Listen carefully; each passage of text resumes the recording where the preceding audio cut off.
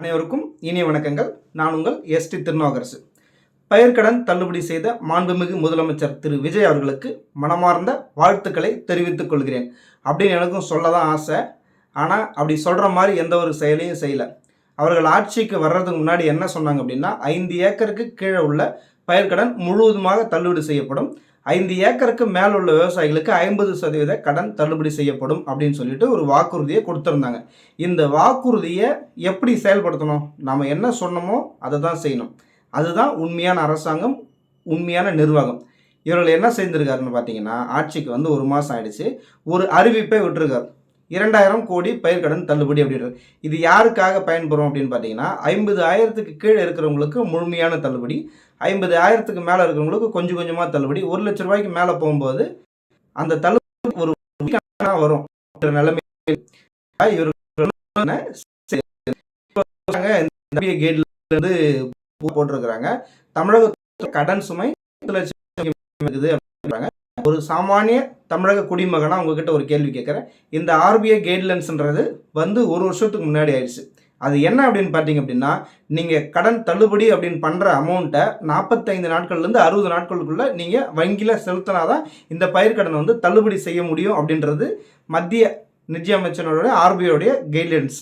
இது நீங்கள் தெரியாமல் நீங்கள் எப்படி அந்த அறிவிப்பை விடலாம்? இன்றைக்கி தெரியுமா, இல்லை நீங்கள் ஏதோ ஒரு யாரோ சொன்னாங்கன்னு சொல்லிட்டு இந்த அறிவிப்பை விட்டீங்களா? இந்த 2000 கோடி தள்ளுபடி பண்ணதே வெறும் வெற்று பிம்பமாக ஒரு ரீல்ஸ் மாடல் அரசு, சோபா மாடல் அரசு, லாட்ரி மாடல் அரசில் நாங்கள் தள்ளுபடி செஞ்சுட்டோம் அப்படின்னு சொல்லிட்டு சொல்கிறீங்களே, இது எந்த விதத்தில் நியாயம்? இது யாருக்கு பயன்பெறும்?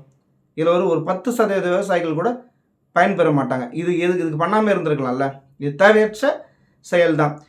நாங்கள் இப்போ தான் வந்திருக்கிறோம், உடனே நீங்கள் மொத்தமாகவே பண்ணுங்களேன், ஏன் இப்போ பண்ணணும்? வந்த உடனே நாங்கள் ஏதோ செஞ்சிட்டோம், சாதிச்சிட்டோம் அப்படின்னு சொல்கிறதுக்காக பண்ணுறீங்களா? எனக்கு ஒன்றும் புரியல. இதில் இந்த மும்முனை மின்சாரமும் சரியாக கிடைக்கிறதில்ல. விவசாயிகள் இதில் வந்து மிகுந்த பாதிப்படைகிறாங்க. சில நேரங்களில் மட்டும்தான் இருக்கிறதாகவும் சொல்கிறாங்க. மும்முனை மின்சாரம் இருந்தால் தான் அவர்கள் வந்து விவசாயம் பண்ண முடியும். இந்த கடன் இவ்வளோ இருக்குது அப்படின்னு சொல்லிட்டு தெரியுதில்ல. ஒரு சின்ன எக்ஸாம்பிள் சொல்கிறேன். போன திராவிட மாடல் 1 ரூபாய் கூட தள்ளுபடி.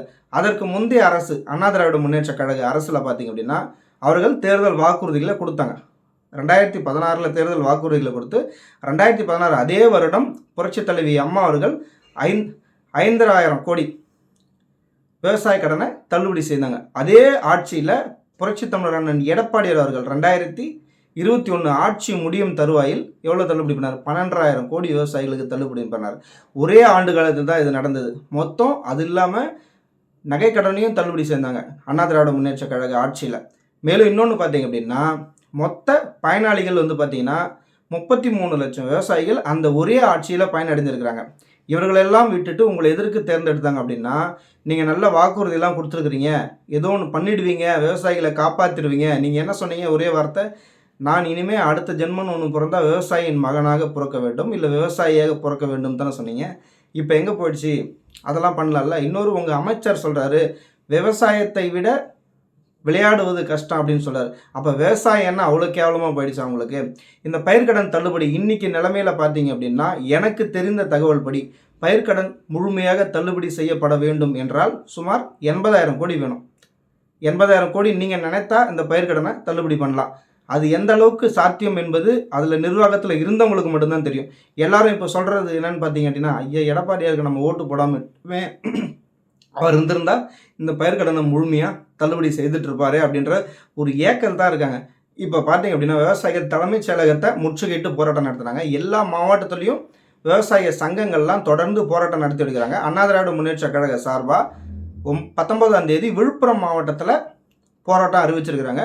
மேலும் திருவண்ணாமலை மாவட்டத்தில், அதாவது மாநிலம் தழுவிய போராட்டம் மாதம் 2ஆம் தேதி போராட்டம் இருக்கிறாங்க. இதற்காக முதலமைச்சர் இதுவரை யாராவது பேசி ஒரு வச்சு விவசாயம் கொஞ்சம் கொஞ்சம் காலம் செய்ய சொல்லிட்டு ஏதாவது சொல்லியிருக்கிறா, இல்லை அமைச்சர்கள் தான் பேசிக்கிறாங்களான்னு கேட்டால் யாருமே எதுவரையிலும் பேசுகிற.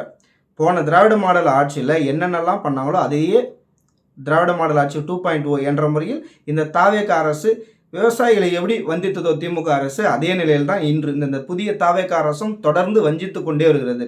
இந்த விவசாய கடனை முழுமையாக தள்ளுபடி செய்ய வேண்டும் என்பதே ஒவ்வொரு விவசாயியின் எதிர்பார்ப்பும். விவசாய சேற்றில் காலை வைத்தால்தான் நாம் அனைவரும் சாதத்தில் கை வைக்க முடியும் என்பதே நிதர்சனமான உண்மை.